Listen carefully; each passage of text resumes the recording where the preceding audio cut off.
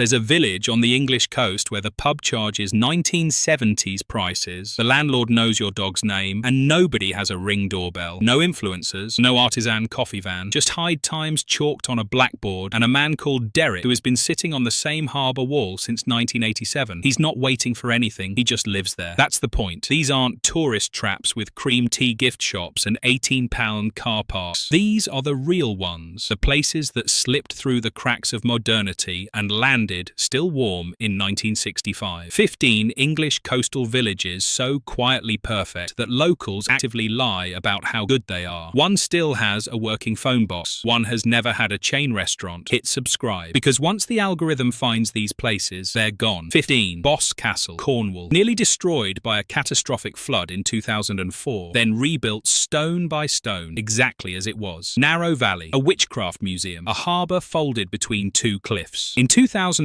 flash floods swept cars into the sea and buried the high street under 8 feet of water. The community's response? Rebuild exactly as it was. Stone by stone, width by width, quirk by quirk. Population around 800. 0 traffic lights in the parish. 1 pub. Broadband, spiritually optional. A flood destroyed the entire village, and the planning response was basically make it look exactly the same. Cheers. Other places get knocked down and build flats. Boscastle got knocked down and built itself back. That's not a rebuild, that's a statement. Smell of brine and heather on the valley path. A handwritten sign says, fresh crab, knock round the back. A woman called Pat hands you a brown paper bag and doesn't explain anything. You sit on the harbour wall and eat it. Pat asks if you're local. You say no. She nods like she already knew. That's fine. You can still sit there. My mate moved here from London in 2019. Said he'd stay 6 months. He's still there, wearing fisherman's jumpers unironically. Boscastle hides in a valley. Next hides in a ravine so steep that delivery drivers refuse to enter, and locals consider it a feature. 14. Staithes, North Yorkshire. So steep and narrow that delivery drivers refuse to enter, and locals consider that a feature, not a bug. Crammed into a ravine where Roxby Beck meets the North Sea. Streets so tight you can touch both walls. The young James Cook worked here as a grocer's boy before the sea called louder than the shop. He left. The village barely changed. Population around 1,500. Road access, single lane. Flood risk, annual. Estate agents call it characterful. Honest translation, bring wellies and don't ask about parking. Estate agents describe Staithes as bijou. It's not bijou. Bijou implies you chose to be small. Staithes is what happens when a fishing village and a vertical cliff have a child who refuses to ever leave home. That child grew up, got a job on the boats, and now lives in a house with a ceiling that slopes in 3 directions. Dusk. The harbour fills with the smell of low tide and old rope. A retired fisherman is mending something on his doorstep, even though he retired in 2003. There's no particular reason for it. Nobody speaks. It isn't awkward, it's just Staithes. People say it's like stepping back in time. I say, back from what exactly? This is just Tuesday. Staithes hides in a ravine. Next, medieval lock gates and the most peaceful 200 people in England. 13. Porlock, Weir, Somerset. Exmoor. Swallowing it from the back, the sea claiming it from the front, and still the most peaceful place in England. Shingle Harbour. Medieval lock gates, still working after centuries. A pub, a smokehouse, 200 people. Nearest supermarket, 12 miles. Once a trading port for lime and coal. Now it trades in silence and smoked fish. Nobody replaced the lock gates because nobody found a reason to. Sometimes doing nothing is the best maintenance strategy there is. Porlock Weir has a smokehouse that just smokes fish. The menu changes based on what was caught that day. No concept, no brand story, no sustainability statement on a chalkboard. This is just what food was before menus became a personality. You order whatever came in. That is the menu. And it's better than anything with a QR code. 7 a.m. Nobody about. Smoke from the smokehouse drifting left. You sit on a wall with a cheese roll. A heron stands in the channel doing absolutely nothing, which turns out to be the correct activity. You feel embarrassingly emotional about a cheese roll. That's Porlock Weir doing that. A man from London asked if we had a cafe with remote working vibes. I told him the harbour wall had great views and no Wi-Fi. He left. Good. Medieval lock gates, 0 cars. Next went further. Never let cars in at all. Not once. Not ever. 12. Clovelly, Devon banned cars entirely. Not recently. Not as a green initiative. It simply never let them in. One cobbled street steep enough to double as a ski slope. The Hamlin-Williams family has owned the entire village since 1738 and still does. Population around 450. Cars, 0. Essential goods delivered by wooden sledge on medieval cobbles. In 2024, 25. Visitor entry fee, £8. Resident experience, somewhere that permanently smells of honeysuckle and salt and never once apologises for it. You ordered a sofa. The sofa will arrive by sledge. There is a fully working delivery system here. It simply involves a sledge. I respect Clovelly more than most countries I have visited, and the sledge is a significant part of that. Golden hour on the cobbles. A cat asleep in a window box hasn't moved in 2 hours. An elderly man coming up the hill with a loaded sledge at the exact unhurried pace of someone who has done this 10,000 times because he has. He nods. You nod. The cat notices nothing and is correct not to. We're living without traffic noise, parking disputes, or a McDonald's within 20 miles. You tell me who won. Clovelly. No cars. Never. Next. Flat, wide, and quietly devastating in a way nobody warned you about. 11. Burnham, Deepdale, Norfolk. So flat the sky is the main event, and locals are counting on you not realising that. Saltmarsh. Creek. Flint cottages. Geese coming off the North Sea in formations nobody organised. Full AONB protection. Population around 700. Romans were here. Vikings were here. Birders with expensive binoculars have been here since the 1970s, with an intensity that is somehow more territorial than either previous group. Norfolk gets mocked for being flat. Yes, flat. That's entirely the point. The sky here isn't a background. It's the main event. Weather happening at 4 different altitudes simultaneously. You've been under a city skyline so long you forgot clouds have actual depth. Come to Norfolk. Look up. Take as long as you need. Pink light over the salt marsh at 6 a.m. An egret lands 7 feet away and looks directly at you with zero fear and zero interest. Behind you, a kettle has boiled. You don't go inside. The egret doesn't move, neither do you. This continues for longer than either of you planned. We get about 4 influencers a year who come to discover the coast. They leave saying it's not Instagrammable enough. Brilliant. Long may it continue. Norfolk, flat, unbothered, patient. Next, destroyed by the government in 1917, still waiting for an apology. 10. Hallsands, Devon. The government destroyed it in 1917 by dredging the beach that was holding it up, then blamed the sea. In 1896, the Board of Trade authorised dredging of offshore shingle for naval construction at Devonport. That shingle was the only thing protecting Hallsands. Residents warned them. Dredging continued regardless. January 1917, a storm took most of the village in a single night. Official compensation, inadequate. Official apology, still outstanding. The last resident, Ella Trout, refused to leave until 1964. Population now, 0. The government's official position on destroying an entire fishing community. Technically, it was the storms that, well, technically energy has never left British public administration. Same logic, same shrug. Different century, different suit. Cottage walls below you, tilting toward the cliff edge. The tide is coming. A blue tarpaulin wrapped around one wall. Someone tried to preserve it in the 1990s and it's still there. The wind is not helping. The sea made its position clear a long time ago and intends to continue making it clear indefinitely. My grandmother said Ella Trout refused to leave because where was she supposed to go? That wasn't stubbornness. That was a woman waiting for someone to admit they were wrong. Hallsands fell because of a decision made in an office. Next was built specifically to confuse people who made decisions in offices and worked brilliantly for 2 centuries. 9. Robin Hood's Bay, North Yorkshire. Built by smugglers, and the street layout still reflects the fact that the architects didn't want to be found. Lanes so winding they feel deliberate. Hidden cellar doors. Passages connecting houses across the entire village without touching the main street. 18th century, gin, brandy and silk moved through a tunnel network right under the authorities. The Coast Guard at the top of the hill was, by several accounts, also in on it. Population around 1,200. Tunnels, still present beneath several buildings. The layout of Robin Hood's Bay was designed around evading authority, and it is the most Yorkshire thing possible. Not the smuggling itself, the infrastructure. The committee that presumably met to plan optimal cellar connection routes. You don't accidentally end up with a village-wide underground logistics network. Someone planned that over several meetings. With tea, possibly smuggled tea. Narrow lane at night, wood smoke. You take a wrong turn and end up at someone's back gate with no logical explanation for how you got there. This is also exactly how the gin arrived in 1763. You and the gin now have something in common. A heritage survey found 3 tunnels nobody had documented. 3. In a village that has known about the smuggling for 200 years. Still had surprises left. Robin Hood's Bay hid contraband beneath it. Next, changed counties without moving. A Christmas Day storm redirected the river in 1806 and left it on the wrong side. 8. Alnmouth, Northumberland. Changed counties without moving an inch. A Christmas Day storm redirected the river in 1806 and left the village on the wrong side. Sand dunes, wide estuary. A curve of coloured cottages that looks like a postcard from before photography existed. The River Alnmouth used to sit south of the village. One storm on Christmas Day 1806 moved it north. The old harbour was stranded. The village adapted, faced a different direction, and carried on without drama, which is Northumberland's entire approach to adversity in a single sentence. Population around 450. Beach, vast and empty almost all year. A river changed course overnight, and the village just turned around and continued. That shrug, that Northumbrian shrug. The river moved? Right, we'll face the dunes then. Fine. That is an entire regional character compressed into one geological event. Nature made a decision. They respected the decision. Respect. Wide, empty beach. Pale winter light going gold at the edges. A man flying a red kite with the focused concentration of someone diffusing something. He has been coming here for 20 years. He will be here next year. The beach doesn't change. The kite is always red. People discover Alnmouth every few years and say, why doesn't anyone know about this? We do. We live here. We like it quiet. Alnmouth rerouted by a storm. Stayed. Next, discovered by painters in the 1880s and has been gently managing that relationship ever since. 7. Mousehole, Cornwall. So precisely beautiful that artists have been painting it for 200 years and still haven't got it right. Circular harbour. Granite cottages with edges softened by centuries. Boats tucked inside the harbour wall as though put to bed for the night. Dylan Thomas called it the loveliest village in England. Technically wrong, it's Cornwall, which considers itself a separate matter entirely. But nobody here is arguing the sentiment. Medieval fishing village. Survived a Spanish raid in 1595. Every December, handmade community lights go up over the harbour, designed and built by residents, looking like nothing else on the national grid. Rant. Mousehole's Christmas lights are handmade, community-funded, and completely unlike anything near any other harbour in the country. You know what every other town's Christmas lights look like? You know. Mousehole said, not here. Everyone get your extension reels. We're staying late on Tuesday. We're building something together. That's not a community event. That's a value statement with fairy lights. Christmas Eve. Lights reflected in the harbour water in perfect doubles. Pubs so full the warmth is visible outside as steam on the windows. Someone brought a dog far too large for the available space. Nobody minds at all. The Cornish Sea is black beyond the harbour wall, completely unbothered by all of this. Inside, everything. When the holiday let situation got serious, the village had a 4-hour meeting. Certain addresses didn't sell. Mousehole, prettiest harbour in Cornwall. Next doesn't care about pretty. It cares about a smokehouse that has said no to everything for over a century. 6. Craster, Northumberland. Smoking kippers by the same method since 1906 and never once interested in scaling up. Small harbour. Basalt cliffs. Dunstanburgh Castle on the headland a mile north. L. Robson & Sons Smokehouse. One building, one family, 119 years of the same thing done correctly. Craster kippers became nationally famous without the village becoming nationally famous. The ideal outcome. The smokehouse has been asked to scale up, franchise, and sign supermarket deals. Every single time, no. Population around 450. L. Robson & Sons has said no approximately 4,000 times. This isn't stubbornness. It's excellence so pure it becomes a philosophy. You've decided what you are, held that for over a century, you're correct, and you don't need anyone to agree with you. That's not a business model, that's a moral position. I find it genuinely moving. Harbour wall. Tea going cold because you keep forgetting to drink it. The smokehouse working, you can see it, smell it from here. Dunstanburgh on the headland. The outline of something that witnessed things it'd rather not discuss. A seal in the harbour, not performing for anyone, simply also in the harbour. It's their harbour too. Someone opened a coastal lifestyle boutique in the next village. In Craster we continued smoking fish. I think we know how that one ended. Craster, a smokehouse and a principal. Next, a 5-minute ferry that has done more for conservation than any planning application in Devon. 5. Shaldon, Devon. Across the river from a popular resort, all the beauty, none of the crowds, because it requires a 5-minute ferry and most people simply can't be bothered. Georgian terrace facing the Tyne estuary with quiet confidence. A Victorian smuggler's tunnel under Ness Headland leads to a private beach. Population around 3,000. Ferry, every 15 minutes in season. Chain restaurants, 0. The reason is simple. 5 minutes on a small boat and 95% of the infrastructure that ruins places never arrived. No chain pub, no arcade, no planning application approved in 1987. Geography as conservation policy. Warm evening. Ferry just brought you back across. The Georgian terrace glowing in that last light. Someone has a table outside a pub with a long view across the estuary. The heron is on the mudflat. The heron is always on the mudflat, without exception. More consistent than the tides. More reliable than the ferry timetable. The heron has never once let Shaldon down. People in Teignmouth know we're here. They just don't come over. They say it's faffy. Faffy. The Faffy is the entire point. Shaldon stays beautiful by ferry. Next stays beautiful by light that painters have been chasing since the 1880s and haven't fully caught yet. 4. Walberswick, Suffolk. Artists have been arriving since the 1880s to paint the light, and the light still hasn't got any less extraordinary. Heath, River Blythe, a human-operated chain ferry. One man, one rope, working exactly as it always has. Charles Rennie Mackintosh painted here. The same families have crabbed off the same bridge for 4 consecutive generations. The National Crabbing Championship is held here annually, entirely real, contested by children aged 4 to 14 with an intensity adults normally reserve for things with actual financial stakes. Population around 450. The National Crabbing Championship. Real. Children train for this specifically. Parents get competitive in the particular way that only emerges when they can tell themselves it's for the child. Most British sporting event conceivable. Low stakes, high tension, conducted in near silence, beside a river, with string judged entirely on weight. Someone takes that trophy home every year and carries it for life. Late afternoon. The light has gone Suffolk gold. That specific amber photographers travel hours for and still can't quite explain to anyone else. 6 people on the chain ferry, all looking in the same direction at the same thing without having discussed it beforehand. This is just what the light does here. It organises people without asking. My neighbour has been painting the estuary for 30 years. Different light every day, she says. I've stopped questioning it. I just make sure she has enough tea. Walberswick has the light. Final 3 have something harder to describe. The feeling of somewhere that got it right and decided to stay that way. 3. Polperro, Cornwall, gets 300,000 visitors a year and somehow by 6 p.m. feels as though nobody's been. Squeezed into a comb like a town folded into a coat pocket. Medieval, cramped, absurdly beautiful. The lanes were built by people who didn't want to be found quickly. Nobody designed them for tourism. Tourism arrived, found the confusion charming, and booked again for the following summer. Cars vanished to a car park above the village. You walk down. That walk is the beginning of the experience whether you know it at the time or not. The car park is at the top. You walk down. It isn't hard. It is, however, a surprise to anyone in inappropriate footwear. Roughly 40% of July visitors. People arrive in heels. One family annually arrives with a pushchair and the specific optimistic energy of people who haven't yet seen what's ahead. Polperro doesn't warn you. It waits at the bottom, beautiful and patient, every single time. 7 a.m. in July, before the visitors. Harbour completely still. Boats still. Stream the only thing moving, and it's barely moving. You sit on the harbour wall with a pasty from somewhere that doesn't have a website. For 20 minutes, this village is entirely yours. Absurdly, unfairly, almost offensively perfect. Then the first person with a camera arrives, then another. Polperro becomes shared again and handles it fine. People say it looks fake, too pretty to be real. I've lived here 40 years. The leaking roof is real. The beauty is also real. They coexist perfectly well. Polperro keeps its soul. Number 2 gets visited by almost nobody. By design, geography, and a North Sea with very strong opinions about uninvited guests. 2. Brancaster, Staithe, Norfolk. The tides set the timetable, the mussels determine the menu, and nobody has checked the time since approximately 2008. Working harbour, actually working, not heritage working. Mussel boats, oyster beds, salt marsh behind, Scalt Head Island ahead, accessible only when the tide permits. The man hosing the quay at 6 a.m. is doing it because the quay needs hosing, not because anyone's watching or taking a photograph. Population around 500. One pub. Correct in every detail. Rant. Someone opened a coastal kitchen supper club with foraged menus and a curated wine list in the next village. Brancaster Staithe had a pub doing mussels caught that same morning for £9 in a bowl big enough to use as a hat. They still do. Some things don't need to be positioned or branded. They simply are what they are, and they're better for it. Sunset. Creek full on a high tide. Boats rocking just enough. Smell of mud and brine at exactly the right ratio. A couple with a bottle of wine on the quay wall. Not saying anything because nothing needs saying. The sky doing more than enough. The sky here always does more than enough. We've been discovered 3 times since I moved here. People arrive, call it a hidden gem, post about it, then it goes quiet again. Norfolk can outlast a trend. Norfolk has been doing this since before trends existed. Brancaster Staithe returns to itself every time. Number 1 refused to become what it was supposed to be and became something far better instead. 1. Ravenscar, North Yorkshire. Supposed to be a grand Victorian resort. They sold the plots, laid the roads, built the sewers, and nobody came. The roads still go nowhere. The cliffs are the most dramatic in England. 1890s. A development company planned the Scarborough of the North. They built the sewers first, always the sewers first, Victorian logic, then the roads, sold over 1,000 plots to buyers with vision and optimism. The buyers arrived, felt the wind, looked at the North Sea and quietly decided not to build. Company collapsed, roads stayed, pointing at nothing, plots stayed empty. Population today, around 170. A Victorian resort town in negative space, with the best continuous stretch of the Cleveland Way running straight through the middle of it. The Victorians built the sewers, built the roads, felt the wind and reconsidered. The wind at Ravenscar is not aggressive, it is comprehensive. It has opinions about lapels. It addresses every surface simultaneously. The sewers remain operational, still working, for 170 people. That is the most expensive sewage infrastructure per capita in Yorkshire, and it is magnificent. Scene: you stand on the cliff edge. The path drops south toward Robin Hood's Bay, 4 miles of cliff top that has no interest in being reasonable about its beauty. No signal, no sound but wind and water. Behind you, a Victorian road grid lying quietly in the grass, its destinations marked on a map that stopped meaning anything in 1895. This is the most English place you have ever stood. It doesn't need to be a resort. It never did. The failure was the making of it. People ask what happened to the town. I say the town decided not to be. They look confused. I say that's the right answer. It takes them a minute, but they get there. These 15 villages are still here, some barely, defying floods, storms, developers, the slow creep of the chain pub and the holiday let and the boutique with the driftwood shelf. The thing they share isn't beauty, though they've all got it. It's that somebody, somewhere along the way, decided not to give way. A fisherman who wouldn't sell, a community that stayed till 2 a.m. at a meeting, a river that moved and a village that shrugged, faced the other direction and continued. 1965 is still out there on the English coast. Wax jacket, smells of wood smoke and salt, knows exactly where the good pasties are and is absolutely not going to tell you where it lives. But now you know. Subscribe before the algorithm does the rest.